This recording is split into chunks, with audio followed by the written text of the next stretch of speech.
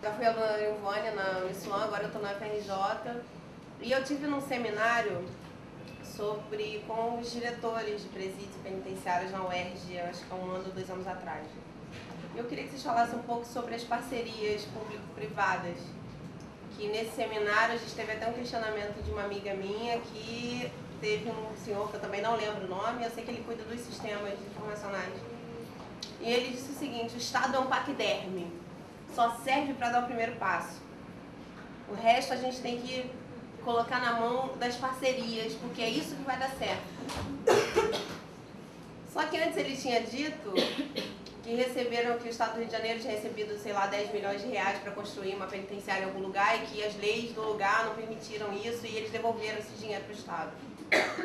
E aí eu queria que vocês falassem um pouco sobre essas parcerias e o que a gente tem hoje de concreto dentro do sistema prisional no Rio de Janeiro, principalmente, com essa questão das parcerias.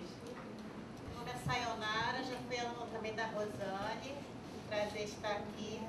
E eu gostaria a minha pergunta é sobre a assistência jurídica, né, dentro dos presídios, que a gente sabe que até semana passada nós estávamos até estudando a respeito disso no texto que a professora passou, a professora Cecília, e eu estava através de uma reportagem na televisão sobre aqueles rapazes que espancaram aquela doméstica, porque confundiram ela com uma prostituta.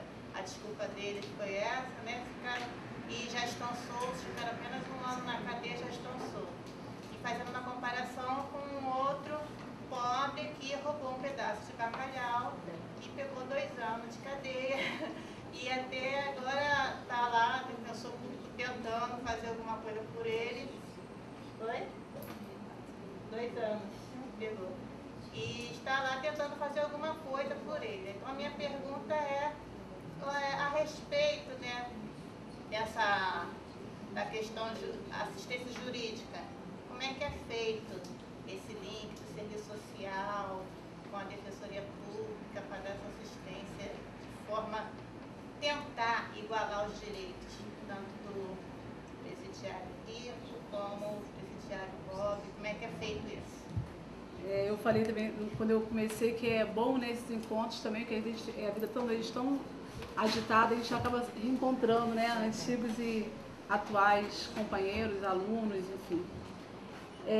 Silvana traz uma questão interessante, né, que a gente sempre fala que há sempre um discurso, né, que quando a gente quem se aprofunda para poder estudar um pouco mais sobre a questão, né, das prisões, né, do processo de aprisionamento, do crime, da criminalidade, né, alguns estudos históricos, né, já falavam de uma forma não dialética, né, de que a prisão fracassa, né, e a prisão fracassa porque não consegue atender a sua missão máxima, que é ressocializar, etc. e tal, né. Mas pensando de uma forma mais dialética, né, onde negar é afirmar e afirmar nega, né, a gente pode dizer que também o fracasso é um sucesso, né, porque o fracasso, né, ela mobiliza também uma economia de mercado, por exemplo, hoje, que é altamente lucrativa, como, por exemplo, a indústria de segurança, né, e ela é sustentada, né, e ela é, de uma forma inteligentemente construída, porque nós temos medo. E por nós termos medo, tem que ter, né, uma indústria que possa resolver esse nosso medo. Então, existem algumas ideias, né, que vêm sendo, algumas leituras até muito interessantes, falando o que é o medo, né, como que a gente constrói esse medo, quais são os mitos que giram em torno do medo e quais são as verdades que tem esse medo, né? Então, para poder falar de medo, de classe subalterna, né, de criminalização, a gente, por exemplo, tem que tocar no Brasil, por exemplo, um processo histórico, né, da abolição da escravatura, né, como que se constrói esse capitalismo brasileiro, né, a ausência de uma revolução burguesa, de fato, né, que vai construir, né, uma liberdade sem terra e sem pão, né, porque os escravos assim foram libertos. Então, quer dizer, todo esse debate do medo, que para poder compreender, a gente tem que recorrer a toda, né, uma historicidade, né, que dá visibilidade aos processos sociais que nós temos contato cotidianamente, né, e são importantíssimos, porque não é por acaso que a gente tem tanto medo, né?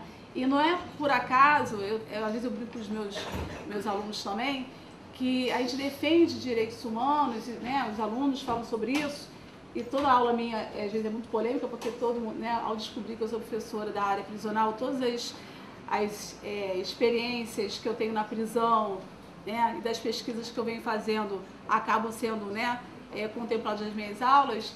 E aí, quando a gente entra no ônibus, né, e a gente vê entrar dentro do ônibus, né, um rapaz ou um menino, né, descalço, né, com aparência feia, a gente fala assim, isso aí é a cara do bandido. A gente não pensa que aquilo dali é a cara da pobreza, né, que é uma outra coisa, né? E a gente isso desperta em nós imediatamente a vontade alucinada de descer do ônibus, porque a gente tem medo de ser assaltado, né? Aí cá estamos nós, né, por causa de um medo que nós somos educados a ter esse medo, e o nosso cotidiano faz isso, né? A gente, todas as instâncias, né, cumprem bem esse papel de criar esse medo, e a gente acaba, né, vivendo esse medo, né, as neuroses, né, em cima desse medo também nós temos que ter dentro das nossas casas. Não temos que ter só casa, temos que ter todo um aparato de segurança para essa casa, né?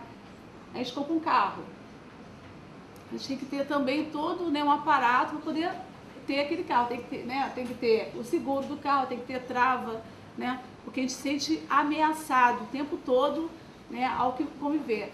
Então, quais são os mitos, né, quais são as verdades que tem essas histórias e quais são as mentiras que tem essas histórias, né?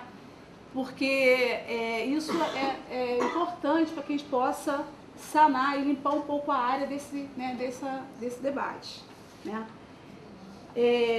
A Monique traz eu vou responder isso bem rapidamente, porque eu avanço do horário também, né? Não sei como que está aí, já são 12:10 no meu relógio, passou rápido o tempo nessa manhã. A Monique fala sobre a questão da parceria público e privado, né? Monique, eu não venho acompanhando de perto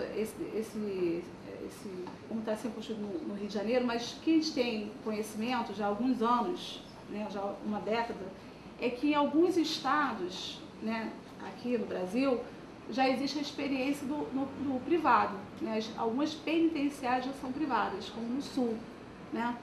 E eles sempre falam para poder justificar, né, que, por exemplo, a privatização, né, do sistema penitenciário, colocam assim, olha, essa aqui é a prisão que foi privatizada e essa aqui é a prisão né, que a gestão é o Estado. A que é privada funciona muito bem, olha só, as celas são individualizadas, não tem sujeira, os presos trabalham, é uma coisa maravilhosa. E olha só as penitenciárias e as prisões, de uma forma geral, que o Estado é o gestor. São superlotadas, são sujas, são insalubres, né? Reproduzem doenças, enfim, não tem trabalho, o ócio é o que vigora no cotidiano das prisões, né? Dificultando ainda mais a ressocialização. O discurso é esse, né? Eu acho que a gente, no Rio, como o Estado mínimo, né? O processo neoliberal, ele colocou isso, é mínimo, né, para o social e máximo para o Estado. Algumas políticas ainda se mantêm públicas. Elas não têm o vigor, o processo de privatização não tem o vigor que tem, por exemplo, a saúde, né? Esse processo ainda é muito vagaroso ainda no âmbito das prisões. Por quê? Porque a política, né, a única política que se manteve mais assegurada nesse processo neoliberal foi as políticas de segurança pública, né? A que se mantiveram, né, mais concentradas no apoio do financiamento público. As demais políticas, tirando essa, né, até porque a política de segurança e as políticas penitenciárias são políticas, né, entre aspas, as outras políticas vêm sendo privatizadas, por exemplo, a política de saúde, né? que a gente vê claramente um processo de privatização da saúde, né? A gente não tem nem mais que duvidar disso, né? Ontem eu fui tirar sangue e está lá, o Bronstein agora popular, né? Mas isso acontece em todas as unidades. Então, apesar de eu não acompanhar esse processo aqui no Rio, né, o que a gente tem conhecimento, não só no Sul, também tem alguma, não sei qual estado no Nordeste também, que tem algumas experiências de penitenciárias privadas, mas ela não chegou ainda a ser um boom, há uma discussão, há uma defesa, né, um grupo que defende, até porque seria muito lucrativo. Teve um seriado no ano passado sobre uma prisão mexicana que foi privatizada, não sei se alguém acompanhou, viu, né?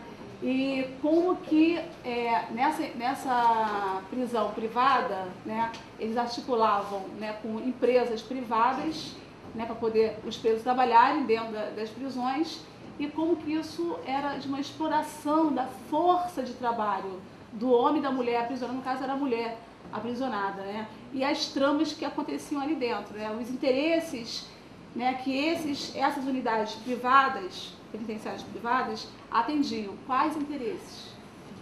Porque não era o interesse de ressocializar ninguém, né? Era de se tornar um espaço, né, de mão de obra barata, né, muito barata, né, por ser uma penitenciária, né, e estar dando emprego, teoricamente, para os presos. Tinha alguns tipos de coisa que eles não pagavam, né? Então era gente lucrativo, essas penitenciárias. No Brasil, acho que isso ainda não é muito forte, né? A Sayonara foi minha aluna mesmo, lá na Nação de Campo Grande, né? Que foi uma experiência muito bacana, também muito saudosa que eu tenho, né? A assistência jurídica nas prisões, poucos presos têm acesso ao advogado particular. Então, a maior parte dos presos, eles fazem acesso à defensoria pública, né? Que hoje, depois de tantos escândalos, de tantas denúncias, hoje a Defensoria Pública ela vem tentando construir, né, atendimentos mais pontuais, mais qualificados, de acompanhar um pouco mais. Ainda assim, o número de defensores ela não atende a demanda real, que nem a gente falou também do serviço social, isso acontece no âmbito jurídico, né? Então, ainda que haja um esforço, um empenho, né, da defensoria em atender as demandas dentro das prisões, na unidade que eu trabalho acontece isso, o defensor é um cara super legal, né, mas é um defensor, né, para atender 1.100 presos, quer dizer, esse defensor ele não dá conta, então ele atende a galeria G durante um mês. Lá nós temos galeria A, B, C, D, E, F, G, H, agora vai criar I, né? Então ele atendeu a galeria A no mês de março, a galeria B no mês de abril. Ele vai atender de novo a galeria A quando?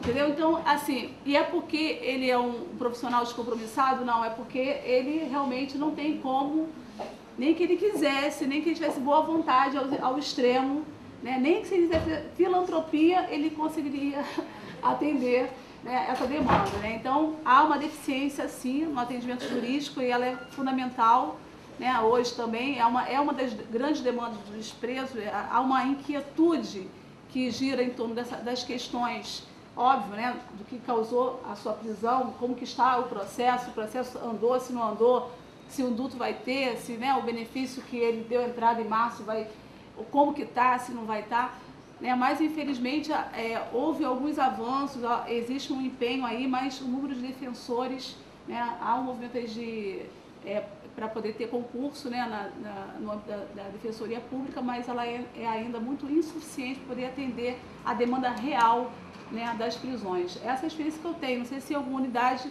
isso acontece de uma forma melhor, mas eu acho que de um grosso modo é mais ou menos isso.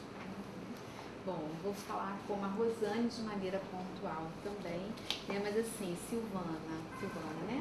Começando por você, acho que assim, a sua fala final, né, caracteriza bem aquilo que a gente discutiu na